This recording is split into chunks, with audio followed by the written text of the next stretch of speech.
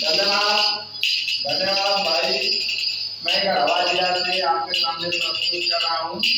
जो भी भाई सही गलत आप लोगों के सामने, आप लोग गलत भी हो तो सही बनाएंगे। धन्यवाद भाई।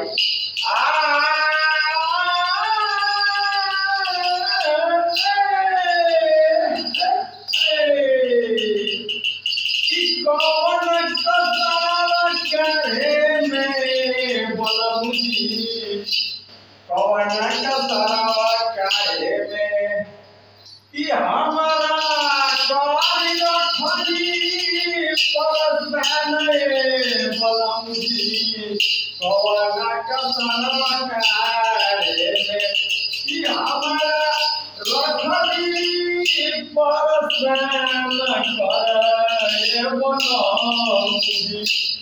राजा जी कि आपन होके इतना कौन पानी जरूरिया जलनवाए बोलमुजी। कि राजा जी राजा जी खाली जरही में रहिला हमारा देखी ए बोलमुजी। कि